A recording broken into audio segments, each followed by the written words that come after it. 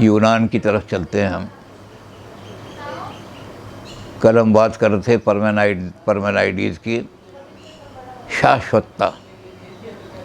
परम सत्य शाश्वत है, अविकारी है, परिवर्तन हो ही नहीं सकता उसमें किसी तरह का। परिवर्तन को बुद्धि नहीं समझती। परमेनाइडीज़ के जो शिष्य थे ज़ीनो ने कहा कि आप रीज़न से, लॉजिक से मूवमेंट को एक्सप्लेन नहीं कर सकते। ये तो आँखों का धोखा है। चीज़ें आपको मूव होती हुई दिखाई दे रही हैं कि एक चीज़ चल रही है, खरगोश भाग रहा है, कछुआ भाग रहा है। ये सब चीज़ें आँखों का धोखा है। आपके मस्तिष्क में कहीं खलबली मची हुई है तो आपको हर चीज़ हिलती हुई दिखाई दे रही है।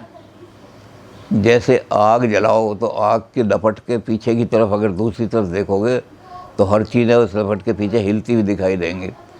तो ऐसे ही आपके दिमाग में कोई आग जल रही है, आपके दिमाग में कुछ चीज़ गर्मी ज़्यादा आ गई है और उस गर्मी की वजह से आपको चीज़ें हिलती हुई दिखाई दे रही है, मूवमेंट दिखाई दे रहा है। लेकिन इस मूवमेंट को अब ये समझो कि ये मूवमेंट आपकी आंखों का धोखा है जो कि परिवर्तन दिखाई दे रहा है। क्योंकि रीज़न से जब इसको उसने बात की तो रीज़न से उसने कहा कि मोशन तो है ही नहीं, मोशन को आप एक्सप्लेन नहीं कर सकते बुद्धि द्वारा। तो सारे लोग इस सन खड़े हो गए कि दुनिया में मोशन परिवर्तन। तो एक फ़िलॉसफी, बहुत तकड़े फ़िलॉसफर, वो भी परमेनाइडीज़ की तरह से, जैसे परमेनाइडीज़ ने शाश्वत बता दिया उसको और उसमें कह दिया कि इसका एक ही, सारे नेगेटिव प्रेडिकेट सारे लगा दिए उसमें। वो हिलता है नहीं, वो चलता है नहीं, वो बदलता है नहीं, वो क्या है, सब करके उसने कहा उसमें एक ही प्रेडिकेट है, इज़नेस का प्रेडिकेट। तो इस तरह का उन्होंने सारा एक बहुत बड़ा परम सत्य का स्वरूप खड़ा किया था कल परमेनाइडीज़ और उनके शिष्य ज़ीनो ने। ज़ीनो के पैराडॉक्सेस बड़े मशहूर हैं सारी वेस्टर्न फिलॉसफी में, क्योंकि उनका उत्तर, वो ईसा मसीह से 400 साल पहले पैदा हुए थे और अब ईसा मसीह के 2000 साल बाद बर्टन रसल ने उनके पैराडॉक्सेस का थ्योरी नंबर दे करके सारा खंडन किया है उनका, कि वो आर्गूमेंट ही इस बात पर आधारित था कि उन्हें नंबर का पता नहीं था कि नंबर क्या होते हैं, कौन कौन से न्यूमरल कार्डिनल होते हैं, कौन कौन से। तो ऐसी ज़बरदस्त उन्होंने आर्गूमेंट दिए थे। तो अब उनके आर्गूमेंट के लिए एक आदमी खड़े हुए, उनका नाम था हेराक्लाइटस। ये भी बड़ी ऊंची फैमिली से, कुलीन फैमिली से ताल्लुक़ रखते थे, इसलिए इनका भी एटीट्यूड ये था आम आदमियों के लिए कि ये आम आदमियों से मिलते हुए भी बड़े झिझकते थे कि मैं एक छोटे आदमी से हाथ कैसे मिलाऊं, मैं एक इतना नोबल आदमी हूं। अब राष्ट्रपति है, राष्ट्रपति हर एक को सलाम नहीं करता, छोटे आदमी ऐसे ये वो तो बहुत, और विद्वान बहुत थे। तो इन्होंने कहा बिल्कुल उल्टा। हेराक्लाइटस ने कहा कि चेंज ही परम सत्य है, चेंज हो रही है हर चीज़ में, हर चीज़ परिणामी है। अभी कुछ है, थोड़ी देर में कुछ और हो जाएगी, उसके बाद कुछ और हो जाएगी। निरंतर परिणाम हो रहा है जगह, कोई भी चीज़ स्थिर है ही नहीं दुनिया के अंदर। इसलिए इस थ्योरी को हम बुद्ध से कंपेयर कर सकते हैं, क्योंकि इन्होंने भी अपनी थ्योरी का नाम मोमेंट्रीनेस रखा है, बुद्ध ने भी यही नाम रखा था, क्षणभंगवाद। तो क्षणभंगवाद है इनकी थ्योरी, क्षण क्षण में चेंज हो रहा है सारा संत। और इन्होंने कहा उसमें कि आप एक रिवर में, you can not step into the same river twice, एक नदी के अंदर आप 2 बार पैर नहीं डाल सकते। एक नदी के अंदर पैर डाल के जैसे ही बाहर निकालोगे, नदी का पानी बहुत दूर बह जाएगा। तो आपको तो लगेगा नदी के किनारों को आप समझेंगे ये नदी है, लेकिन नदी असली तो वो है जो बह रही है। अगर वो पानी ख़त्म हो जाए तो नदी सूख करके ऐसी ज़मीन बन जाएगी, उसमें नदी थोड़ी रहेगी। फिर वो जो नदी है वो बह रही है निरंतर। तो ऐसे ही दुनिया में प्रवाह चल रहा है, कॉन्स्टेंट फ्लक्स उसका नाम दिया है। सारा संसार फ्लक्स यानी प्रवाह ही प्रवाह है, इसमें कहीं स्थिरता नहीं है, परमानेंस जहाँ है। तो उन्होंने कहा कि बहुत सारी चीज़ें परमानेंट बताई उन्होंने कहा जो चीज़ बदलती नहीं वो है ही नहीं। अगर भगवान नहीं बदलता तो इसका मतलब भगवान नहीं है, और अगर भगवान है तो परिवर्तनशील होगा वो, उसके अंदर क्षण क्षण में परिवर्तन होगा।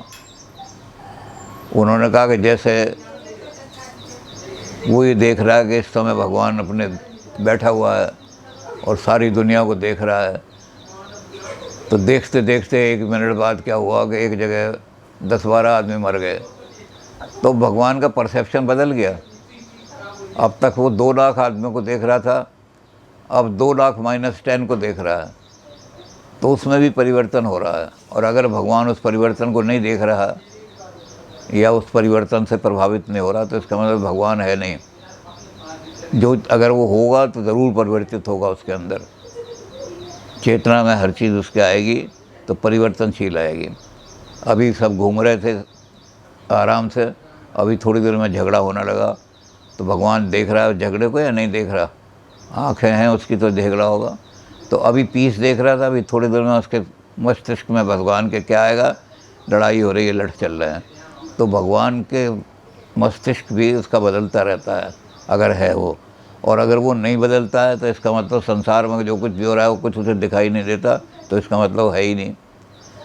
तो सारे संसार में जहाँ भी चीज़ है उसमें ज़रूर परिणाम होगा, ज़रूर कुछ ना कुछ बदलाव होगा।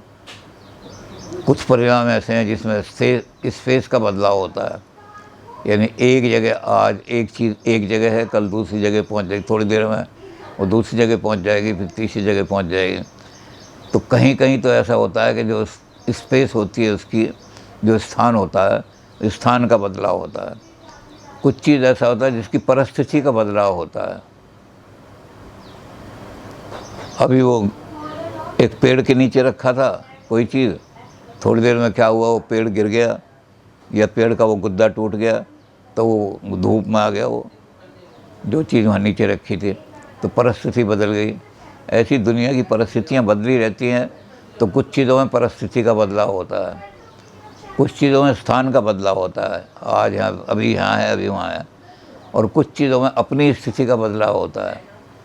एक चीज़ यहाँ दूध रखा था, थोड़ी देर में दही बन गया थोड़ी देर बाद। लेकिन बदलाव सब में होता है। इन बदलाव को देखने के लिए हमें बुद्धि से देखते हैं इस बदलाव को हम।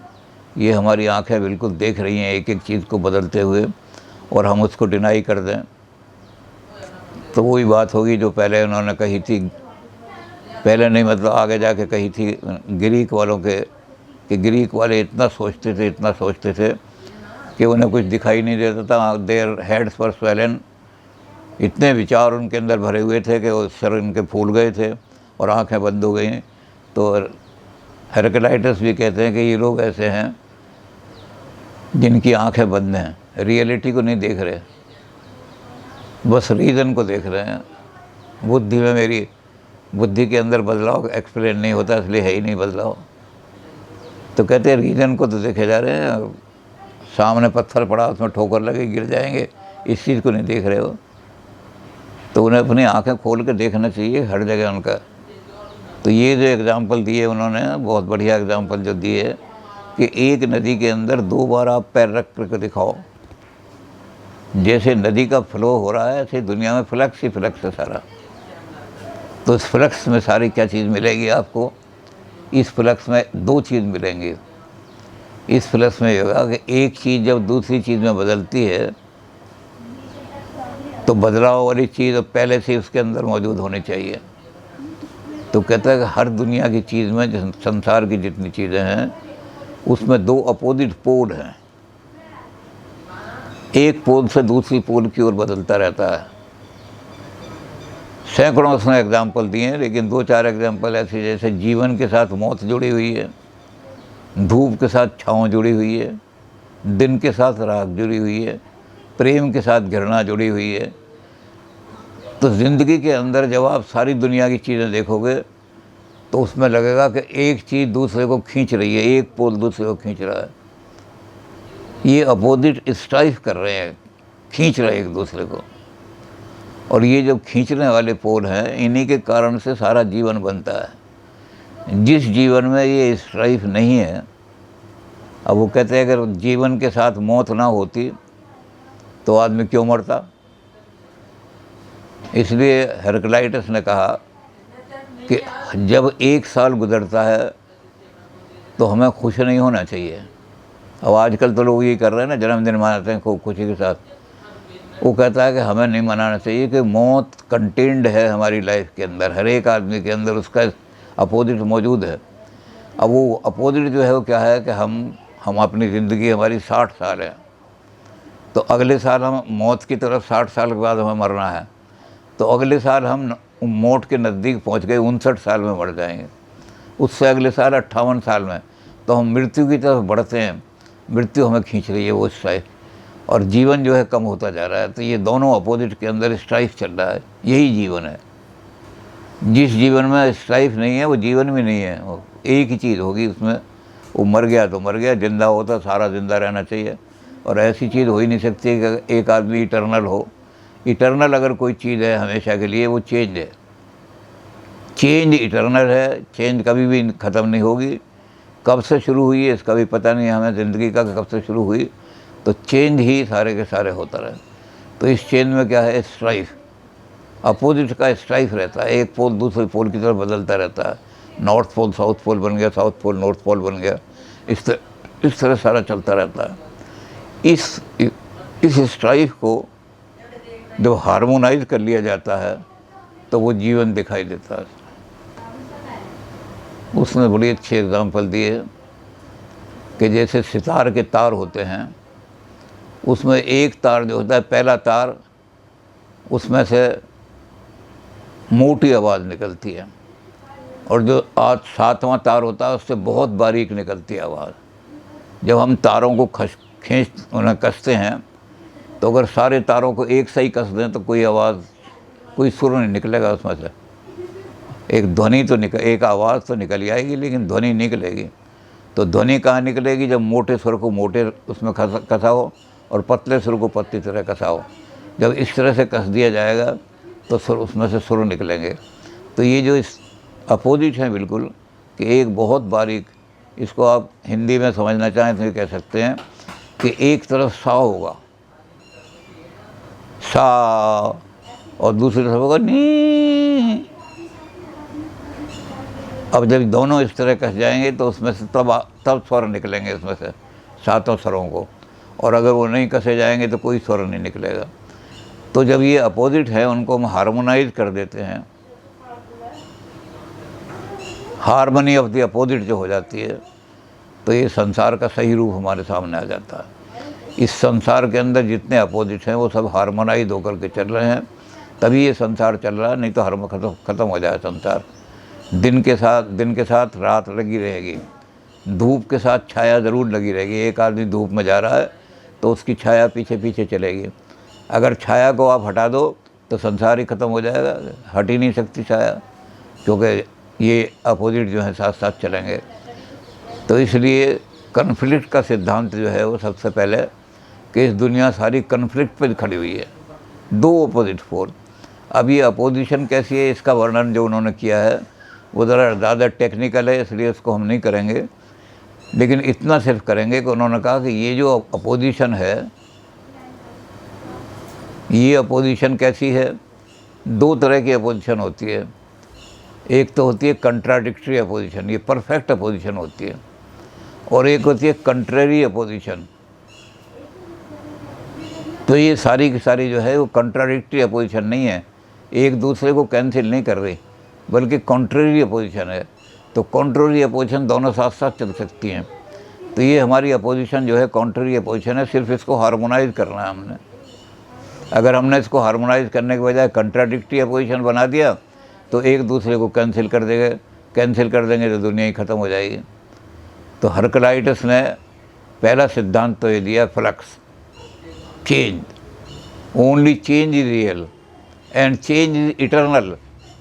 ये कब से शुरू हुई ये चेंज, इसका आपको पता नहीं। जब से दुनिया कभी से आरंभ अगर हुई है तो, नहीं तो कहते बिगिनिंगलेस है सारी, तो अगर कहीं से आरंभ हुई है तो चेंज, परिवर्तन होती हुई, सब चीज़ में बदलाव आता हुआ, चेंज ही चेंज, चेंज ही चेंज।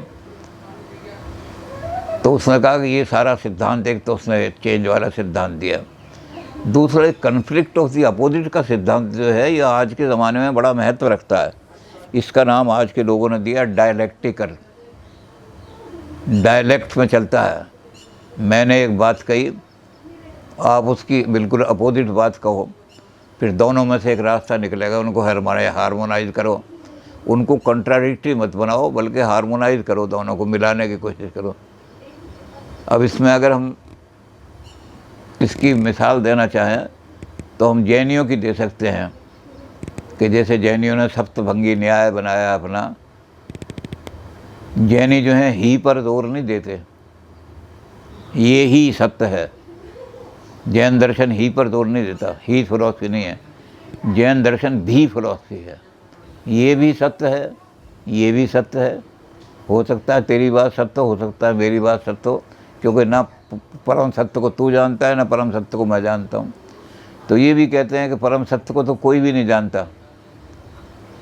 जो मौत को जानता है वो ज़िंदगी को नहीं जानता, जो ज़िंदगी को जानता है और जो दोनों को जान लेता है वही सच्चा ज्ञानी है। जो ये जान लेता है कि मौत के लिए ज़िंदगी के लिए मौत अनिवार्य है, दिन के लिए रात अनिवार्य है, जो इनको समझ लेता है वो सच्चा ज्ञानी है। और जो इस कन्फ्लिक्ट को नहीं समझता वो ज्ञानी नहीं है, वो मूर्ख है। तो कन्फ्लिक्ट का सिद्धांत भी इन्होंने दिया।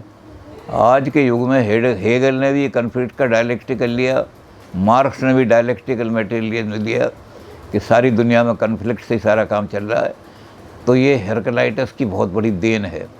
अब हेरकलाइटस ने कहा कि ऐसी चीज़ जो हमेशा फ्लक्स ही फ्लक्स दिखाई देती है, उससे दुनिया बनी हुई है।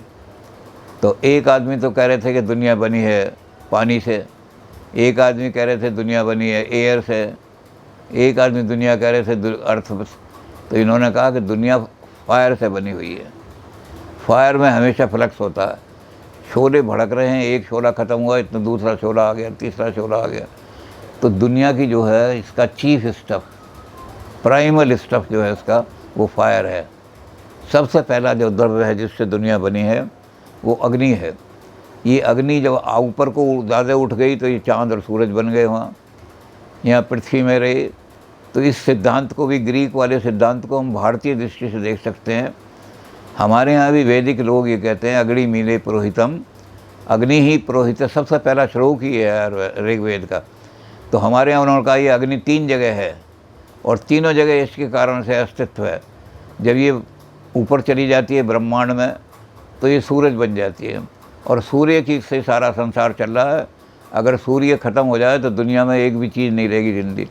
तो अग्नि जो है सारे इसको चला रही है। उसके बाद उन्होंने कहा यही अग्नि जो है जब और नीचे उतर करके आती है सब नीचे की तरफ, तो ये यज्ञ अग्नि बन जाती है। यज्ञ अग्नि बन के ये हमारी सारी फसलें मतलब जो आती हैं उनको पकाने के लिए काम आती है, यानी ये हमारी रसोई की अग्नि बन जाती है। तो कच्चा भोजन करने से हम बीमार हो जाएंगे, मर जाएंगे। खाएं कच्चा भोजन कर भी नहीं सकेंगे, कच्चे चने कैसे खाओगे, आपसे खाए नहीं जाएंगे। तो ये यज्ञ अग्नि जो है और हमारे चूल्हे की अग्नि ये पृथ्वी पर वास करती है। वो हमारी देव शांति हम कहते हैं। तो देव में बात जब अग्नि करती है तो सूर्य बन जाती है। वही सारी लाइफ को सपोर्ट कर रहा है सूर्य। अब ये हमारी जो अग्नि है ये पृथ्वी पर जब आती है तो हमारे सारे यज्ञ जितने हैं उन यज्ञ के अंदर से हमारा सारा वातावरण, उन्हीं से हमारा निर्माण होता है सारा। और वो यज्ञ अग्नि बन जाती है और वो हमारे घरों में घुस जाती है। उसको हम गृह अग्नि कहते हैं। जिस दिन कोई नया मकान बनाता है तो पहले गृह अग्नि की स्थापना होती है। गृह प्रवेश का मतलब ये है कि ये नहीं कि आपने कहा गृह प्रवेश हुआ तो आपने अपनी पत्नी को अपने घुसा दिया कि तू उस घर में घुस जा, गृह प्रवेश हो गया क्योंकि तू गृहिणी है। वो कहेगी नहीं, गृह प्रवेश ऐसे नहीं होता। मैं भी जब घुसूंगी तो पहले अग्नि जलाऊंगी जा कर के। तो जब गृह प्रवेश होता है हमारे यहाँ तो यही होता है कि जो जहाँ अग्नि जलती थी रसोई के अंदर चूल्हा, वहाँ थाप लगा करके और उस पर पहली बार कोई पकाते थे, तो उसके बाद घर में सब आदमी घुसते थे। तो ये गृह अग्नि जो है ये हमारे जीवन को ख़त्म कर देगी अगर गृह अग्नि ना हो। हम घर में कहेंगे चूल्हा नहीं जलाएंगे, आजकल तो खैर ये बन गया तो चूल्हा नहीं जलाए जाते अग्नि की बजाय ये, लेकिन इसकी भी पूजा होती है। जब गृह प्रवेश करते हैं तो इसको जला करके, क्योंकि अग्नि बुझाओ फिर इसकी पूजा करो। तो ये अग्नि हमारे घरों में काम आती है, गृह अग्नि। और तीसरी अग्नि है वो हमारी जठर अग्नि। हमारे शरीर के अंदर जठर अग्नि ना हो तो कोई चीज़ हजम ही नहीं होगी। हमारे उसको पित्त कहते हैं। वो पित्त से हमारा हाइड्रोक्लोरिक एसिड जो निकलता है बड़ा गर्म होता है, बड़ा तेज़ एसिड होता है। और जो चीज़ ऐसी चली जाए पेट में जो उसको भी वो अंदर जला करके और कुछ ना कुछ बना देता है। तो जठर अग्नि अगर शांत हो जाए तो शिकार हो जाता है आदमी, क्या कुछ हजम ही नहीं होता जी इसको, और थोड़े दिनों बाद संग्रहणी मर जाता है। जब खाना ही हजम नहीं होगा तो कैसे होगा। तो यही अग्नि हमारे जीवन को चलाती है। ये भारत में भी यही मानते हैं, और हर्कडाइटस बिल्कुल इसके पक्के मानने वाले हैं कि अग्नि ही है जो सारा संसार को बनाती है, अग्नि ही है जो संसार को संचालन करती है, फायर ही है जो जीवन को चलाती है। हमारे सारा जीवन, चाहे वो प्रकृति का जीवन हो, चाहे मनुष्य का जीवन हो, चाहे पशुओं का जीवन हो, ये अग्नि ही सस्टेन कर रही है, अग्नि ही क्रिएट कर रही है। और अग्नि शांत होने पर सब मर भी जाते हैं, मृत्यु हो जाती है। तो अग्नि इसका परम तत्व है। यही अग्नि जब ठंडी होती है तो पृथ्वी बन जाती है, यही अग्नि जब रेयर होती है तो एयर बन जाती है। तो ये सारी अग्नि से इन्होंने, तो अग्नि का सिद्धांत इन्होंने दिया कि अग्नि जो है ये संसार का परम तत्व है। अग्नि का सिद्धांत भी इनका बहुत इम्पोर्टेंट है। Union of the opposite, harmony of the opposites का सिद्धांत जो है इन्होंने ऐसा सिद्धांत दिया, दुनिया में कोई चीज़ ऐसी नहीं मिलेगी जो हार्मनी ऑफ द अपोजिट ना हो। जहाँ कठोर चीज़ है वहाँ मुलायम चीज़ें भी होंगी दुनिया के अंदर। तो इस यूनियन को, इस अपोजिट को कंट्राडिक्टरी मत बनने दो, इसको कंट्रेरी रखो अपोजिट को। तो ये दोनों अपोजिट कंट्रेरी आपके जीवन को, जीवन ही ये है सारा। और इसलिए उन्होंने कहा कि जो जिसमें अपोजिशन नहीं है, जहाँ ये विरोध नहीं है दोनों का, वो जीवन ही नहीं है। वो समझो में कोई मृत्यु है या ऐसे ही कोई ऐसी चीज़ पड़ी है जो है ही नहीं। जो जीवित है उसके अंदर ये कंट्राडिक्शन ज़रूर होगी। जैसे उन्होंने ख़ास तौर से कहा कि जीवित आदमी के अंदर मृत्यु निहित है, ज़रूर होगी मृत्यु। और इसलिए आदमी को ये ध्यान रखना चाहिए कि अब मेरे जीवन में 1 साल कम हो गया, अब इसको अगर हम दूसरी तरह से लें तो हमें जन्मदिन मनाने की बजाय शोक दिन मनाना चाहिए उस दिन। अगर हम हर्कडाइटस की बात को मान लें कि मेरी मृत्यु नहीं पक्की है, और पक्की है उसमें भी तय है कि इतना है मेरे जीवन के अंदर, तत्व इतने से हैं कि ये ज़्यादा से ज़्यादा 60 साल चल सकेंगे। तो 60 साल में क्या हुआ, अब मेरी मृत्यु 60 साल मुझसे दूर है। अगले साल में मृत्यु की ओर एक तरफ बढ़ गया तो अब मैं 59 साल ही रह गई मृत्यु, अब 58 साल ही रह गई। और जब मैं 50 साल का हो जाऊंगा तो 8 साल ही मृत्यु करीब रह गई। तो मनाना चाहिए, रोना चाहिए, मृत्यु मेरे निकट आ गई बिल्कुल। तो आदमी को सारा का सारा जीवन जो है वो कंट्राडिक्शन पर ही, इस पर ही, कन्फ्लिक्ट पर ही खड़ा हुआ है सारा का सारा। तो हेरेक्टाइटस की फिलॉसफी ने सारा ही वो बदल दिया जिसको कि पार्मेनाइडस ने दिया था। जो पार्मेनाइडस का था उसको उन्होंने कर दिया कि अगर वो कोई शाश्वत चीज़ है तो है ही नहीं। फिर जो चीज़ चेंज नहीं होती, परिवर्तन नहीं होती, जिसके अंदर कोई परिणाम नहीं होता, जो जैसी है, पत्थर भी बदलता रहता है। एक पत्थर एक जगह रखा हुआ है, थोड़े दिनों के बाद वो घिस जाएगा। जब जाओगे तो हो सकता है उस पर काई जमी हो या पत्थर घिस गया हो। तो जब पत्थर जैसी हार्ड चीज़ भी परिवर्तन होता रहता है, तो और चीज़ों को आप कैसे कहोगे कि परिवर्तन नहीं होता। तो अगर गॉड भी परिवर्तित नहीं होता तो या तो पत्थर है या है ही नहीं वो। तो चेंज को इन्होंने, फ्लक्स के सिद्धांत को सारा का सारा इन्होंने दिया। फ्लक्स का सिद्धांत इनका दिया, डायलेक्टिकल अपोजिट को हार्मोनाइज करो, इनको मिलाओ दोनों को। अब जैसे मैंने कहा कि गंगा बहुत पवित्र है, आपने कहा गंगा पवित्र नहीं है, तो अब दोनों को मिला के हम कहेंगे कि गंगा में गंदगी आती रहती है और गंगा उसको हर साल समुद्र में फेंक देती है, पवित्र बन जाती है। तो बीइंग और नॉन बीइंग के बीच में बिकमिंग आ गई, परिवर्तनशीलता। गंगा पवित्र नहीं है क्योंकि गंगा के अंदर गंदगी हर जगह से आती है। गंगा संसार में आई इसलिए कि गंदगी को मैं साफ़ करूंगी सारे संसार को। तो हम दोनों की बात जो थी आ गई कि गंगा में गंदगी आती रहती है और गंगा हर साल उसको साफ़ करती रहती है। तो गंगा पवित्र है, फिर गंगा मैली हो जाती है, फिर गंगा साफ़ हो जाती है। तो सारे संसार की रियलिटी को उसने कहा कि ये रियलिटी है, यही, इसको अपनी आँखों से देखो, आँखें बंद मत करो। बुद्धि से देखने के लिए आँखें बंद करनी पड़ती हैं। तो आँखें खोल करके देखने का यानी प्रत्यक्ष का सिद्धांत इन्होंने दिया। अग्नि को सारे संसार का क्रिएटर भी, मेंटेन करने, प्रिजर्व करने वाला भी, और सारे संसार को नष्ट करने वाला भी, ये अग्नि को इन्होंने परम तत्व बता करके बताया। तो ये अग्नि ही सारी ज्वाला है। और इस अग्नि के कारण से हरकलाइटस का नाम आता है कि हरकलाइटस बहुत बड़े क्रांतिकारी थे। वो पीसफुल नेगोशिएशन नहीं चाहते थे, क्रांति, भड़क उठ, आग भड़का देते थे। जहाँ उनकी स्पीच जाती थी वहाँ आदमियों के अंदर अग्नि भड़क जाती थी। तो इसलिए पॉलिटिकल दृष्टि से भी हरकलाइटस जो है बड़े इम्पोर्टेंट हैं कि हरकलाइटस ने ज्वालाएँ भड़काने का सिद्धांत दिया कि ज्वालाएँ तो सत्य हैं। अगर आपके जीवन में से ज्वाला ख़त्म हो गई, अग्नि ख़त्म हो गई, तो मौत हो जाएगी, आप शरीर ठंडा हो गया तो क्या रह जाएगा। तो इसलिए हरकलाइटस ने बहुत सारी चीज़ें फ़िलॉसफी को दी हैं और बहुत महत्वपूर्ण चीज़ें दी हैं फ़िलॉसफी की।